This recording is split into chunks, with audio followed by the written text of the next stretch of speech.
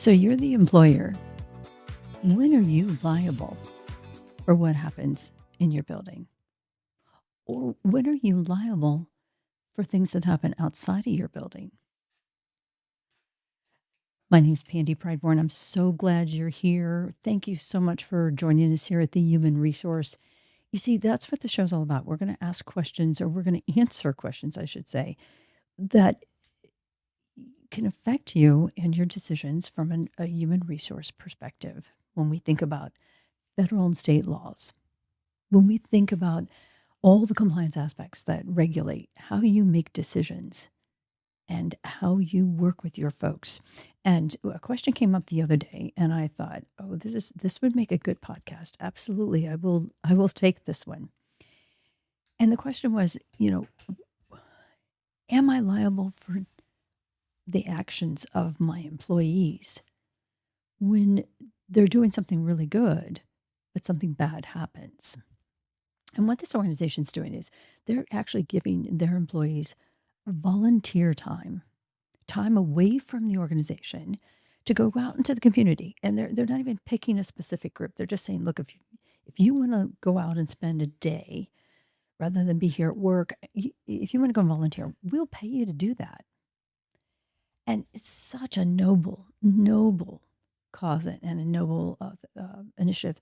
But I had to challenge her and say, oh, and have you talked to your general liability insurance, or do you realize that if something happens and they're on the clock, you might very well be responsible for a workplace injury? And it never dawned on them.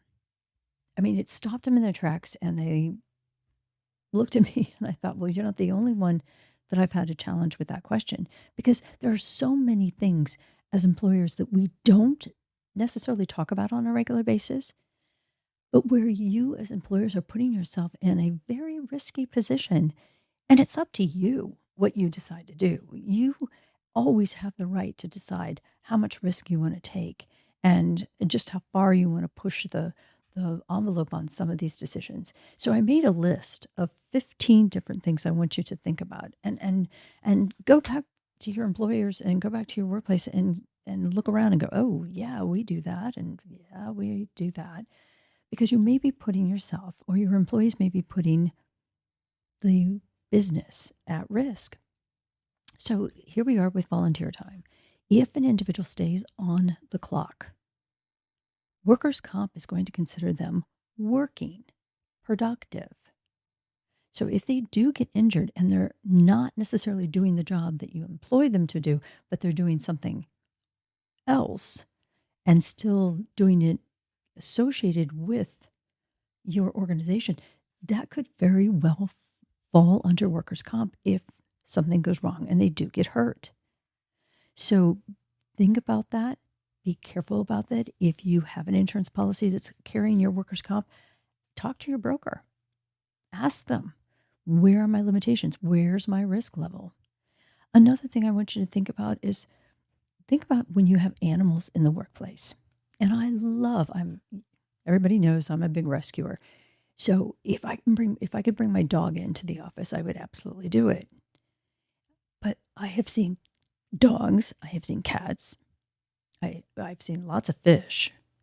One of my clients even had hamsters. Those were very elaborate cases, by the way. It's not uncommon. I remember years ago, one of my clients had this and it wasn't a tarantula. It was just this really interesting spider that somebody had found and caught, and they had it in a container there on their desk as a pet. What kind of liability are you under if someone happens to be allergic, or someone gets bit, or someone gets scratched? And it's during work hours, it's on the physical plant. The same thing can be said about children. How many of you are allowing your employees to bring their children into work? Please understand, I'm not anti-children. I have grandchildren. But is your workplace suitable to have children in while their parents are working in the office, walking around in the kitchen, sitting over in the lounge areas, roaming the halls? You have to look at this stuff for what it is, because if the child falls and gets hurt, or if the child smashes their finger, or whatever, children, could your organization be liable for it? And we always say, oh, they're such nice people and I really trust them. But when something happens, it happens. It's done. You have to deal with it. So check. What about vendors? We all know that the rules are that we have to protect our employees from vendors. You can't have somebody coming in and exchanging the rugs or collecting the shredded and not understand that you have to protect your employees from possible harassment, possible workplace violence, stalking. There's all sorts of things that can happen when we're talking about vendors. We have to protect our employees, and we are liable for anything that might happen with our customers or clients in regards to our employees. So, are you mindful of all that? Are you accepting complaints or grievances when it comes to those kind of conversations? One of the other ones that I think we tend to think about, what we don't necessarily spend a lot of time on, is exposure. Exposure to temperatures. OSHA has a very distinct guidance on temperature, but also sound, chemical smells, odors. You have to understand that there are individuals who don't necessarily do well with that kind of stuff. And you are, as an employer, very well could be liable for individuals who cannot deal with that, or who do to deal with that negatively. And you cannot shrug that stuff off. You cannot ignore that someone has a concern like that, and you have to address it. What about driving? And we've talked about this. We have had earlier shows on individuals that are driving on your behalf. Maybe they're just going to the bank. Maybe they're just going to pick up paper towels, or they're picking up another case of paper. If they're doing any act on behalf and to the benefit of the company, you very well could be liable if something happens to them. So please be mindful. Check with your insurance agent. Again, what kind of a coverage do I have on driving? Does their insurance have to kick in first before the business? Do I need to check to see if they're insurable? And then, of course, confidential information. And when I say confidential information, I'm going back to individuals who are controlling information, like employee personnel information. How about HIPAA information? Even information in regards to any employee involvement with the company's proprietary information. You have to understand that you could be very liable. I had actually an HR person who was getting reprimanded, and rightfully so, because they left their office door wide open and left I-9s all over the desk. I mean, all over the desk. And they were gone for over an hour. And an employee came in, saw all this information all over the desk, and realized how much exposure was made of private information, Social Security numbers, birth dates. I mean, it was just crazy, and got very upset. And yes, if that information got out and was misused, you know what would happen. You know exactly what would happen. How about in the environment where you send your employees to work? I remember distinctly an IT company. We sent a gentleman over to a client site. Unfortunately, the client site had this powder all over this one area of the manufacturing area, and he slipped on it, tried to catch himself, and shattered his wrist. We were liable. They're our employee. Now, we tried to get some help from the other company, our client, but of course, that's such a delicate relationship. So please understand, you have to be aware what kind of treatment from a behavioral perspective. What are your employees experiencing over there? You're responsible for protecting them from your clients and your customers, even from physical perspectives as well as behavioral. We always have the responsibility of the environment that they work in. So when I put that one down, I was thinking of potholes in the parking lot. I was thinking of snags on the carpet. I was thinking of the rough edge of desks, chairs that were broken. I'll never forget sitting in an office and I heard this crash, and the gentleman had leaned back in his chair too much, and it just gave. I mean, it just flipped, and the chair was in ill repair to begin with. So he wasn't at all shocked. In fact, he admitted he should have replaced the chair earlier.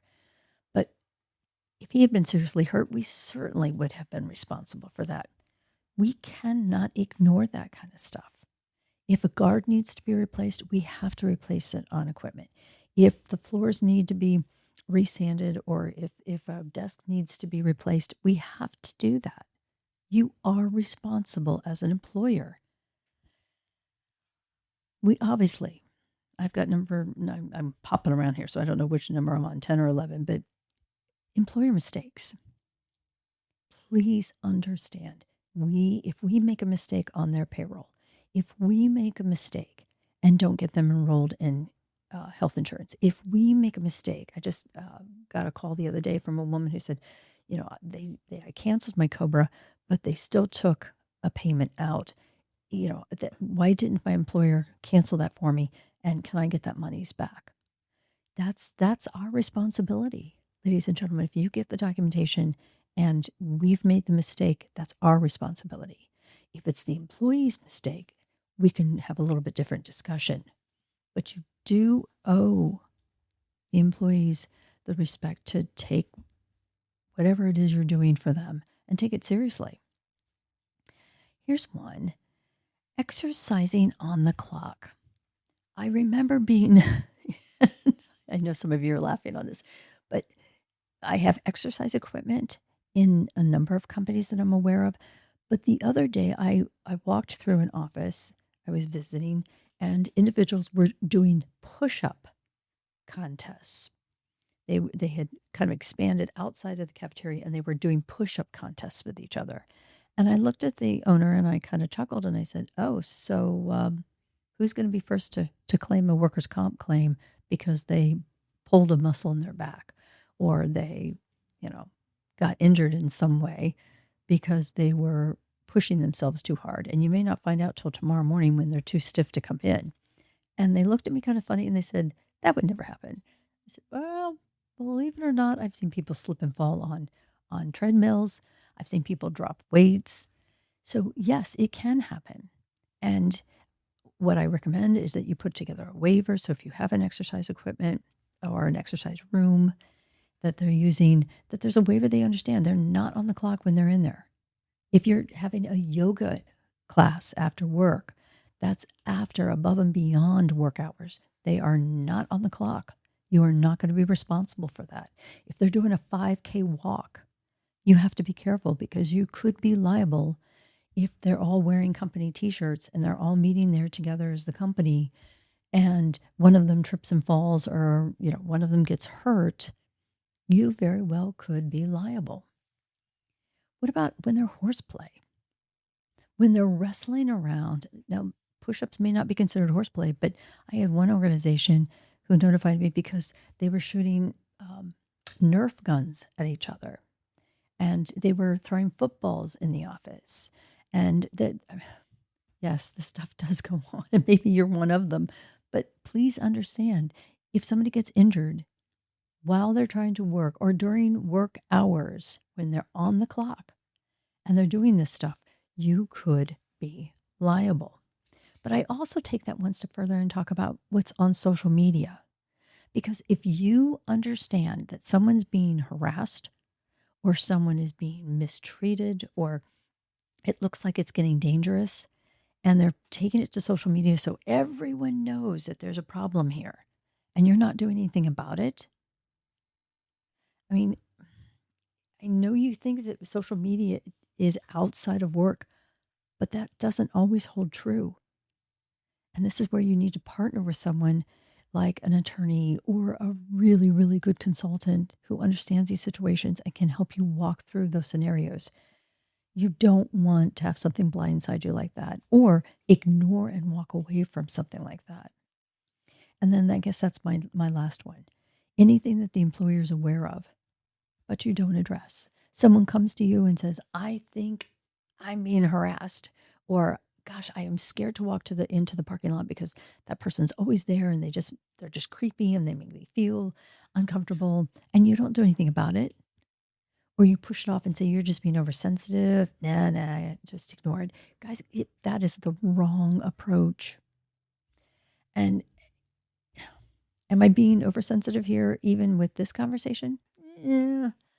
You can say what you want, but after 40 years, I think I've seen enough to know that employers can be liable and not even realize it. And then when something happens, it all explodes. So here's the deal. If it's foreseeable and you can prevent it, address it, educate yourself on what your liability could possibly be. If it looks like it's intentional and the individual is doing something that could be dangerous or to harm the company, absolutely, you want to address it.